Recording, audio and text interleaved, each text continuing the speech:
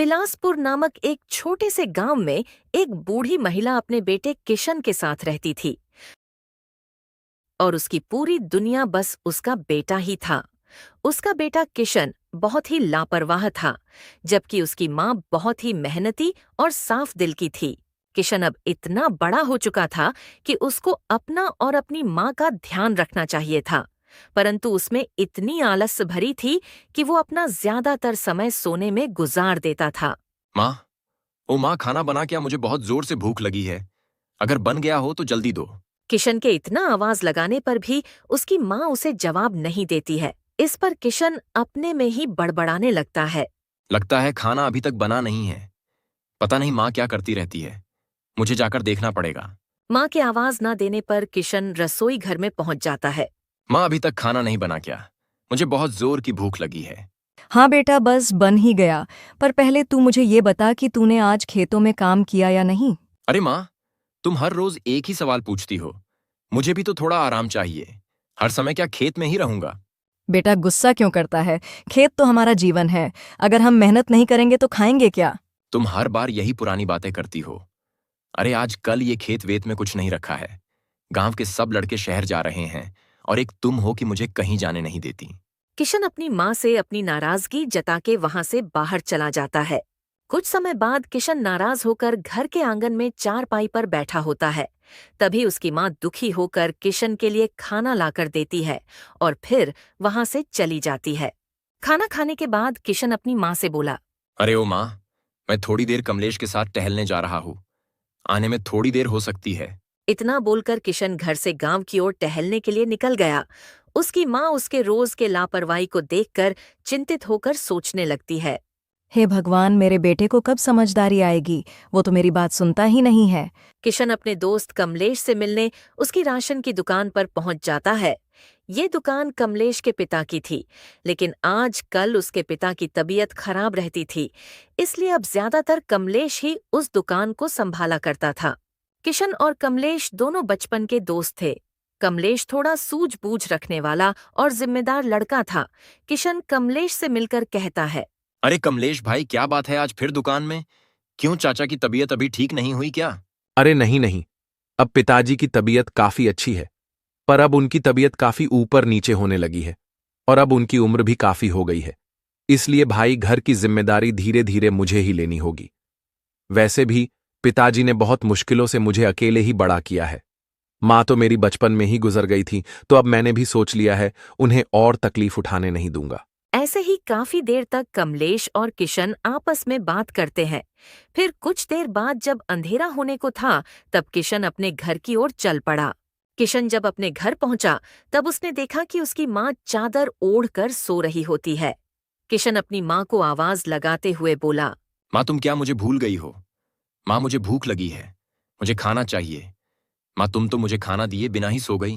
किशन की बात सुनकर उसकी माँ उठ जाती है और किशन से कहती है, बेटा, मैंने अभी कुछ भी नहीं बनाया खाने के लिए। आज मेरी तबीयत कुछ ठीक नहीं है। रसोई में जाकर देख, शायद कुछ दिन का बचा हुआ हो तो तू उसे गर्म करके खा ले। माँ की ये बात सुनकर किशन गुस्से में बड़बड़ाते हुए रसोई घर की ओर चल पड़ा। ये मेरी माँ भी ना, खुद भी कुछ नहीं खाई और मेरे लिए भी कुछ नहीं बनाया। ये सब सोचकर किशन रसोई में जाता है और दिन का बचा हुआ खाना गरम करके खाने लगता है। दिन का बचा हुआ खाना खाने के बाद किशन सोने चला जाता है।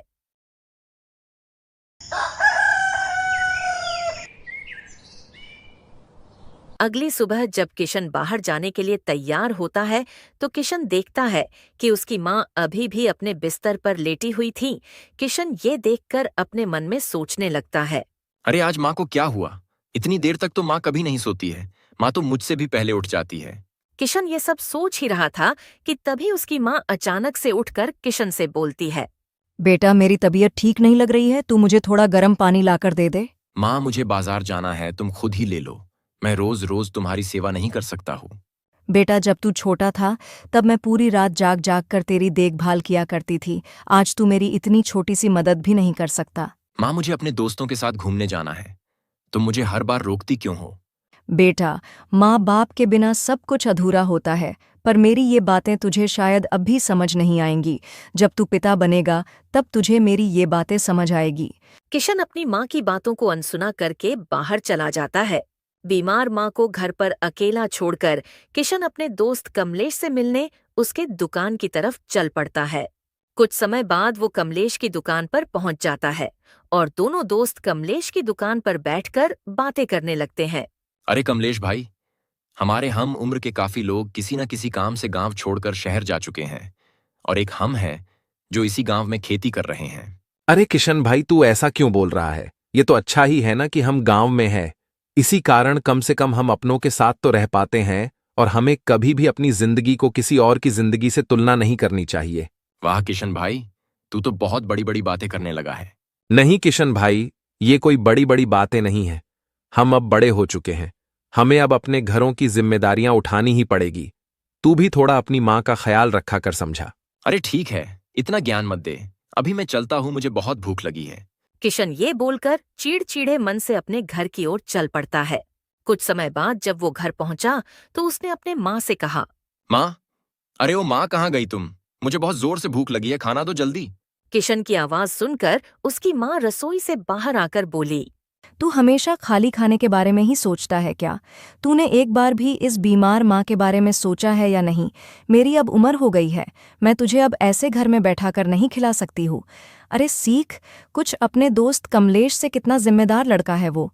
किशन को अपनी माँ के मुंह से ये सब सुनकर बहुत गुस्सा आया। गुस्से में उसने अपनी माँ से कहा, ठीक है, अगर ऐसी बात है तो चला जाऊंगा मैं घर छोड़कर, फिर रहना अकेले अपने इस घर में। वैसे भी क्या दिया है आप लोगों ने मुझे? पिताजी तो बचपन में ही गुजर गए, और उन्होंने मेरे लिए ऐसा रखा भी क्या है? बस एक जमीन का टुकड़ा, और वो भी बंजर। ये बोलकर किशन गुस्से में घर छोड़कर चला जाता है और गांव के मंदिर में आज की रात गुजारने की सोचता है। जब वो मंदिर पहुंचा तो उसे वहां मंदिर के पुजारी जी मिले। अचानक किशन को मंदिर में देखकर पुजारी जी ने किशन से कहा, अरे किशन बेटा, तू यहाँ क्या कर रहा है? तुझे तो मैंने कभी मंदिर के आसपास भी नहीं देखा है, तो आज अचानक यहाँ कैसे आ गया? नहीं पुजारी जी, ऐसा कुछ भी नहीं है, मैं तो बस पूजा करने आया था। किशन पुजारी को अपने माँ के साथ हुए झगड़े के बारे में कुछ नहीं बताता है और मंदिर से चला जाता है। देखते देखते रात हो जाती है और आखिरकार थक हार कर किशन वापस अपने घर लौट आता है। किशन को देखकर उसकी माँ उससे कहती है, अरे बेटा, आ गया तू? चल, अब आ गया है तो जल्दी से हाथ मुंह धो ले, मैं तेरे लिए खाना लगा देती हूँ। किशन अपनी माँ के ऐसे बर्ताव को देखकर थोड़ा आश्चर्य में पड़ जाता है। उसने मन ही मन में ये सोचा, आज तो मैंने माँ को इतनी बातें सुनाई थी, पर फिर भी माँ मेरे साथ इतना अच्छा व्यवहार कर रही हैं। मुझे तो लगा था कि आज माँ मुझसे बहुत गुस्सा होगी। किशन यही सब सोचते सोचते अपने माँ के साथ बैठकर रात का खाना खाने लगता है और थोड़ी देर बाद खाना खाकर अपने कमरे में जाकर सो जाता है।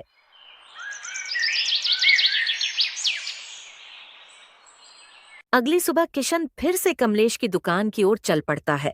थोड़ी देर बाद जब वो कमलेश की दुकान पर पहुंचता है तो कमलेश उससे पूछता है, अरे किशन भाई, आज तो तू सुबह ही आ गया। क्या हुआ, आज का खेत का काम जल्दी निपटा लिया क्या? अरे भाई, कैसा खेत का काम? खेत के नाम पर तो वो बंजर जमीन पड़ी हुई है, कौन करे उस पर इतनी मेहनत? जिंदगी हो तो तुम्हारी तरह हो, दुकान में बैठे बैठे पैसे मिलते हैं। अरे भाई, तू हमेशा ऐसे ही क्यों सोचता है? कोई भी काम छोटा बड़ा या कम ज्यादा मेहनत वाला नहीं होता है, सबका अलग अलग संघर्ष होता है। हाँ ठीक है, तू अब सुबह सुबह शुरू मत हो जा, अब आया हूं तो एक चाय ही पिला दे। किशन और कमलेश को चाय पीते पीते और बातें करते करते दोपहर हो जाता है। कुछ देर और बातें करने के बाद किशन कमलेश की दुकान से चला जाता है। कुछ देर बाद जब किशन अपने घर पहुंचा तो उसे देखते ही उसकी माँ उससे बोलती है, बेटा किशन, अच्छा हुआ तू आ गया। तू मेरा एक काम कर दे, तू जाकर कुछ लकड़ियां काट दे। मुझसे तो अब ये सब नहीं होता है, कमर में दर्द होने लगता है। अरे माँ, अभी अभी तो घर आया हूँ, आते ही काम करने के लिए बोल रही हो? मुझे अभी कुछ करने का मन नहीं है, मैं बाद में कर दूंगा। किशन की ऐसी बातें सुनकर उसकी माँ उदास हो जाती है और किशन से बिना कुछ कहे वहां से रसोई की ओर चली जाती है।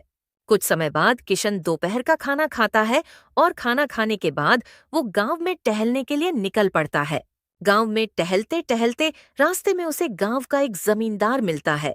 जमींदार जब किशन को देखता है तो उससे कहता है, अरे किशन कहाँ इधर उधर भटक रहा है? मुझे अपने खेत के लिए कुछ मजदूरों की जरूरत है। तू भी आजा, अच्छे पैसे दूंगा। जमींदार की बात सुनकर किशन इतराते हुए बोलता है, अरे सेठ जी, मैं ये सब मजदूरों वाले काम नहीं करता हूँ। आप किसी और को ढूंढ लो। किशन ये बोलकर वहां से कमलेश की दुकान की ओर चला गया।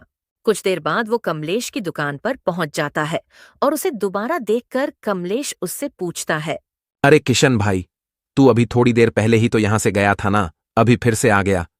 अरे कुछ अपनी उस बूढ़ी माँ की भी मदद कर लिया कर, ऐसे दिन भर मत घुमा कर भाई। अब तो फिर से शुरू मत हो यार। सब लोग तो बस मुझे ही सुनाते रहते हैं। कभी मुझे चैन से रहने भी दोगे कि नहीं? भाई तू गुस्सा क्यों हो रहा है? मैं तो तेरे भले के लिए ही बोल रहा हूं। ये सब छोड़ अभी। मेरे मन में एक विचार आया है। मैं सोच रहा हूं कि मैं भी तेरे ही तरह गांव में एक छोटी सी दुकान खोल लूं। किशन की ये बात सुनकर कमलेश तो हैरान हो जाता है और किशन से पूछता है, भाई तू किस चीज का दुकान खोलेगा? और तू पहले ये बता कि तू दुकान चला भी पाएगा क्या? अरे क्यों नहीं चला पाऊंगा। दुकान चलाने की चिंता नहीं है। मुझे बस ये नहीं समझ रहा है कि किस चीज की दुकान खोलूं और कहां पर खोलूं। ठीक है फिर, तूने अगर दुकान खोलने की सोच ही ली है तो तू एक काम कर, तू फलों की दुकान खोल, क्योंकि हमारे गांव में कोई भी फल की दुकान नहीं है। गांव के सब लोग गांव के बाहर वाले बाजार जाकर फल लेकर आते हैं। और तू जगह की चिंता मत कर, मेरे एक चाचा के पास एक दुकान है, तू उनसे बात कर, वो तुझे शायद अपनी दुकान दे दे। ठीक है भाई, अगर ऐसी बात है तो मैं अभी जाकर तेरे चाचा से मिलता हूं। कमलेश से बात करके किशन सीधे उसके चाचा से मिलने के लिए निकल जाता है। किशन कमलेश के चाचा के घर के बाहर जब पहुंचा तो उसने देखा कि उसके चाचा अपने घर के बाहर चारपाई बिछाकर लेटे हैं। चाचा, ओ चाचा, उठना जरा, मुझे आपसे थोड़ा काम था। किशन की आवाज सुनकर कमलेश के चाचा उठ जाते हैं। अरे किशन, तू यहाँ क्या कर रहा है? कुछ काम था क्या? हाँ चाचा, कमलेश ने बताया कि आप ही मेरी मदद कर सकते हो। मुझे गांव में एक फलों की दुकान खोलनी है और मुझे एक अच्छी सी जगह चाहिए थी। अरे वाह, ये तो अच्छी बात है। आखिरकार तू भी एक जिम्मेदार लड़का बन ही गया है। ठीक है, मेरे पास एक दुकान है, वो मैं तुझे दे देता हूँ, लेकिन दुकान का भाड़ा हर महीने समय पर देना होगा। ठीक है, मुझे मंजूर है। आपका बहुत बहुत धन्यवाद। फिर क्या था, कमलेश के चाचा से दुकान मिल गई थी और कुछ लोगों से पैसे उधार लेकर किशन ने अपनी एक छोटी सी फलों की दुकान खोल ली थी। किसी तरह से किशन ने दुकान तो खोल ली, लेकिन वो दुकानदारी में बहुत कच्चा था। उसे तो अपने ग्राहकों के साथ ठीक से व्यवहार भी नहीं करने आता था। धीरे धीरे किशन का दुकानदारी में भी मन नहीं लग रहा था। अरे मैं तो थक गया हूँ दुकान में बैठते बैठते। आज तो ग्राहक भी नहीं आ रहे हैं और जब से दुकान खोली है तब से कहीं घूमने भी नहीं जा पा रहा हूँ। यहाँ दुकान पर बैठने से अच्छा तो मैं घर पर जाकर थोड़ी देर सो लेता हूँ। ये सब सोचकर किशन दुकान बंद करके अपने घर की ओर चल पड़ता है। कुछ समय बाद जब किशन अपने घर पहुंचा, तभी उसको घर पर इतनी जल्दी देखकर उसकी माँ उससे बोलती है, बेटा किशन, तू आज इतनी जल्दी घर आ गया। आज क्या बिक्री इतनी अच्छी हुई है? क्या खाक बिक्री हुई है? दुकान में तो एक भी ग्राहक नहीं आया। लगता है आजकल के लोगों ने फल खाना ही छोड़ दिया है। ऐसे में पूरे दिन दुकान पर कौन बैठा रहेगा? इससे अच्छा तो मैं घर पर थोड़ा आराम ही कर लेता हूँ। और वैसे भी आज का मौसम अच्छा नहीं लग रहा है। ठीक है फिर, आज तू थोड़ा आराम कर ले, बारिश भी होने वाली है। लेकिन बेटा, याद से कल दुकान पर चले जाना। तू ऐसे रोज रोज आराम के बारे में सोचेगा तो कैसे चलेगा? बहुत मुश्किलों से तो तूने ये दुकान शुरू की है, इसे अपने आलस के चक्कर में मत बर्बाद कर देना। हाँ माँ, ठीक है। तुम इतना चिंता क्यों करती रहती हो? अभी तुम यहाँ से जाओ और मुझे थोड़ी देर आराम करने दो। इतना बोलकर किशन चादर ओढ़कर लेट जाता है और उसकी माँ वहां से खाना बनाने के लिए रसोई की ओर चली जाती है। और तभी बाहर हल्की हल्की बारिश भी होने लगती है।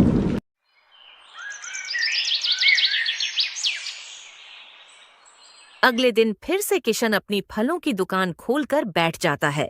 कुछ ही देर बाद बंसी नाम का एक व्यक्ति उसके दुकान में आया। अरे किशन, मुझे कुछ फल चाहिए थे। तू कुछ अच्छे फल निकाल दे मेरे लिए। एक काम कर, तू मेरे लिए 1 किलो सेब और 1 दर्जन केले दे दे। पर पहले ये बता कि 1 किलो सेब कैसे दिए? अरे चाचा, आप भी कहाँ दाम के बारे में पूछ रहे हो? गांव के लोगों से क्या ज्यादा पैसे लूंगा? आपके लिए सिर्फ 200 रुपए किलो है। अरे पागल हो गया है क्या? इतना दाम किस बात का भाई? बाजार में तो केवल 150 रुपए किलो का मिल रहा है। तू तो यहाँ गांव वालों को लूट रहा है। ओ चाचा, लेना है तो लो, वरना निकल लो। ये लूटने वाली बात मत करो, समझे ना? हाँ हाँ, जा रहा हूँ। वैसे भी कौन तेरी दुकान से फल खरीदेगा? इतना बोलकर बंसी वहां से गुस्से में चला जाता है। किशन के ऐसे रुखे व्यवहार से गांव के लोग उसके दुकान से कभी फल नहीं खरीदते थे। देखते देखते कुछ ही दिनों में उसके सारे फल खराब हो गए। दुकान में बिक्री न हो पाने के कारण वह दुकान का भाड़ा भी नहीं दे पा रहा था। और तो और उसने दुकान के लिए फल खरीदने के लिए गांव के कुछ लोगों से पैसे भी उधार ले रखा था। गांव के लोग बार बार उससे उधारी के पैसे मांगने आते थे और धमकी भी दे जाते थे। अबे ओए किशन निठल्ले, कब देगा हमारे पैसे? जल्द से जल्द हमारे पैसे लौटा दे, वरना इतनी मार खाएगा कि तेरी माँ भी तुझे नहीं पहचान पाएगी। किशन किसी तरह तो उन लोगों को अपनी बातों से फुसला लेता था, परंतु कुछ दिनों बाद भाड़ा न भर पाने के कारण उसकी दुकान बंद करवा दी गई। लेकिन वह इतना लापरवाह लड़का था कि उस पर इन चीजों का कुछ प्रभाव नहीं पड़ रहा था। एक दिन जब किशन गांव में ऐसे ही घूम रहा था, तभी उसको रास्ते में दो लोग घेर लेते हैं और उसको धमकी देते हुए बोलते हैं, अबे ओए निठल्ले, बहुत हो गया तेरा। अब तो तेरी दुकान भी बंद हो गई। अब जल्दी से हमारे पैसे लौटा दे, वरना इतना पीटेंगे कि घर तक चलकर नहीं जा पाएगा। भाई इतना गुस्सा मत करो, मैं आज ही किसी भी तरह तुम लोगों के पैसे लौटा दूंगा। ठीक है, पर अगर आज शाम तक पैसे नहीं मिले तो समझ जा तेरे घर आकर तुझे मारकर तेरे घर का सामान ले जाएंगे और अपने पैसे वसूल कर लेंगे। किशन उन लोगों की बात से बहुत डर जाता है और परेशान होने लगता है। तभी उसके मन में एक ख्याल आता है। माँ के पास कुछ गहने पड़े हैं, मैं ले जाकर उनको फिलहाल के लिए जमींदार के पास रखकर उससे कुछ पैसे लेकर इनकी उधारी चुका देता हूँ, नहीं तो मेरी बहुत पिटाई होगी।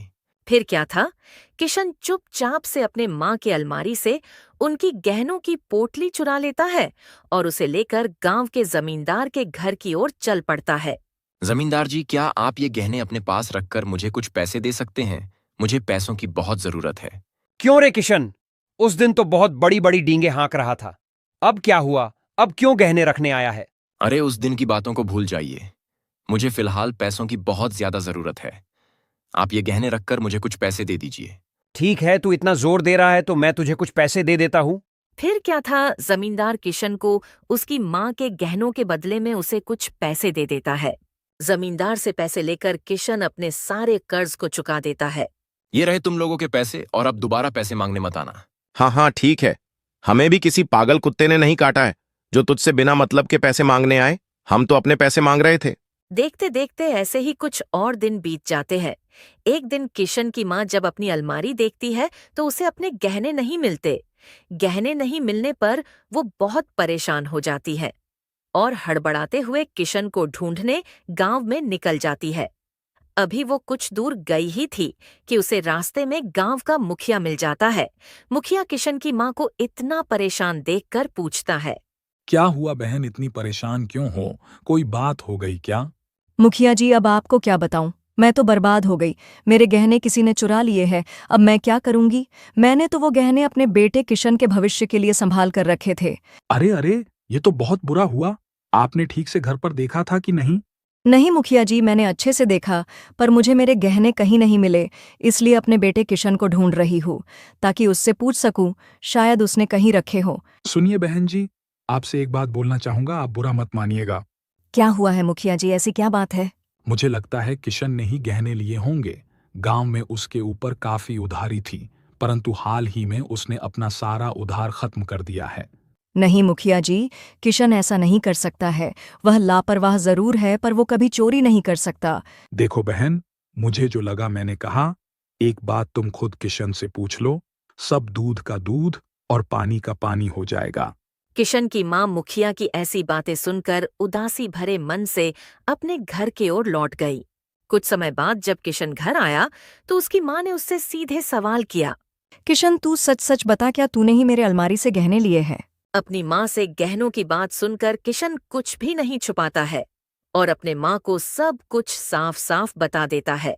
किशन के मुंह से यह सब सुनकर किशन की माँ उससे बहुत गुस्से में बोलती है, अरे नालायक, तू अब अपने ही घर में चोरी भी करने लगा। क्या मैंने तुझे यही संस्कार दिए थे? अब मैं तुझे क्या ही दोष दूं? मेरी ही किस्मत खराब है जो मुझे तुझ जैसा नालायक बेटा मिला। अपनी माँ के मुंह से इतनी खरी खोटी सुनने के बाद किशन वहां से गुस्से में निकल जाता है और जाकर सीधे अपने दोस्त कमलेश से मिलता है। कमलेश उसको देखकर उसको पूछता है, क्या हुआ किशन भाई? तू इतने गुस्से में क्यों है? कुछ हुआ क्या? मत पूछ भाई, मेरी जिंदगी तो जैसे नरक बन गई है। रोज रोज मेरी माँ मेरे साथ झगड़ा करती है और आज तो हद ही हो गई। माँ को मैंने आज तो सब कुछ सच सच बताया, मगर माँ ने फिर भी मुझे बहुत कुछ सुनाया। अरे हुआ क्या? वो तो बता पहले। देख भाई, तू तो जानता ही है कि मुझसे दुकानदारी नहीं हुई और उस दुकान के चक्कर में मुझ पर कितना उधार चढ़ गया था। इसलिए मैंने अपने माँ के गहनों को गिरवी रखकर अपना सारा उधार खत्म कर दिया। और वैसे भी वो सारे गहने माँ ने मेरे लिए ही संभाल कर रखे थे। और अब मुसीबत के समय पर मैंने वो गहने इस्तेमाल कर लिया तो क्या गलत कर दिया? मेरे घर वालों ने मेरे लिए आखिर किया ही क्या है? जायदाद के नाम पर बस एक टुकड़ा जमीन और बस थोड़े से गहने। जब उससे मेरा कुछ भला हुआ तो उससे भी माँ को दिक्कत है। मैं तो तंग आ गया हूं माँ से। तू पागल हो गया है क्या? कुछ भी बोले जा रहा है। अरे तेरी माँ तो तेरे भले के लिए ही बोलती है ना। तूने वो गहने लिए नहीं, तूने वो गहने चुराए हैं। और चोरी करना अच्छी बात होती है क्या? तू कभी नहीं समझेगा माँ की कीमत। मुझसे पूछ, माँ के बिना कैसा लगता है? तू तो हमेशा मेरी माँ की ही पक्ष लेता है, ना जाने तू मेरा दोस्त है भी या नहीं। किशन जब ये सारी बातें कमलेश से कह रहा था तो कमलेश का पिता भी यह सारी बातें सुन लेता है और वो आगे आकर किशन से बोलता है, अरे किशन बेटा, तू तो बिल्कुल अपने पिता की तरह निकला रे। तेरी उस बेचारी बूढ़ी माँ ने तेरे लिए क्या क्या नहीं किया, लेकिन तू है जो अपने माँ के बारे में ऐसी सोच रखता है। तू कितना बुरा बेटा है। तू बिल्कुल अपने पिता की तरह लापरवाह और स्वार्थी है। तेरे पिता ने भी अपने नशे के चक्कर में तेरे दादाजी की सारी जमीन जायदाद बेचकर खत्म कर दी, लेकिन तेरी माँ ने तेरे पिता से लड़कर तेरे भविष्य के खातिर थोड़ी जमीन बचा ली। अरे, जब तू छोटा था तब तेरी माँ दूसरों के घर पर काम करके तेरा पालन पोषण करती थी और अब तू उनके किए कर्मों का ये सिला दे रहा है। कमलेश के पिता से ये सब सुनकर किशन को बहुत बुरा लगा और उसको अपने माँ के साथ किए बर्ताव पर पछतावा होने लगा। हाँ चाचा, आप सही बोल रहे हो। मुझसे बहुत बड़ी गलती हो गई है। मुझे पता नहीं था माँ ने मेरे लिए क्या क्या सहा है। आपने तो मेरी आंखें खोल दी। चाचा जी, मैं बेवकूफ बार बार अपनी माँ को दुखी कर देता था। मेरे ऐसे करतूतों के कारण मुझे तो नर्क में भी जगह नहीं मिलनी चाहिए। अब मैं क्या करूं, किस मुंह से अपनी माँ से माफी मांगूं? मैं तो माफी का भी हकदार नहीं हूं। अरे किशन, मायूस मत हो। वो तेरी माँ है और माँ कभी अपने बच्चों से नाराज नहीं रहती। बेटा, जो हुआ सो हुआ। मान लिया कि तूने गलती की है, लेकिन तू इस गलती का प्रायश्चित कर सकता है। तू अभी का अभी घर जा और अपने माँ से माफी मांग और आगे से उनका अच्छे से ख्याल रखना।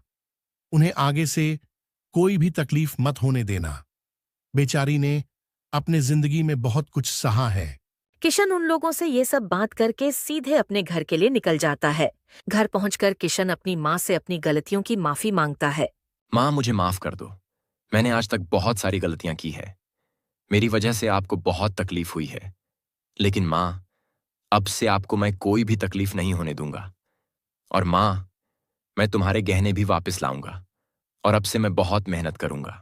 कोई बात नहीं बेटा, देर से ही सही तू समझा आखिर। लेकिन बेटा, तुझे मेरे लिए कुछ भी करने की ज़रूरत नहीं है। मैं तो तेरे भविष्य के लिए चिंता करती हूँ, इसलिए तुझे काम करने को कहती हूँ। मेरा क्या है, मैं तो अब बूढ़ी हो गई हूँ ना। तू तो बस मेरे साथ अच्छे से बातचीत कर लिया करना और मुझसे कभी दूर मत जाना। तुझे जो भी कमाना है वो यहीं मेरे पास रहकर कमाना, उसी में मैं खुश रहूंगी। ये सारी बातें करते हुए दोनों माँ बेटे की आंखों में आंसू आ जाते हैं। फिर क्या था, अगली सुबह से किशन अपनी उस खेत में खेती करने पहुंच जाता है। ऐसे ही किशन रोज बहुत मेहनत करने लगा और देखते ही देखते उसकी वो बंजर जमीन भी उसकी मेहनत के चलते अब फसल उगाने लगी थी। किशन को इतना मेहनत करते देख उसकी माँ भी बहुत खुश थी। अगर आपको ये कहानी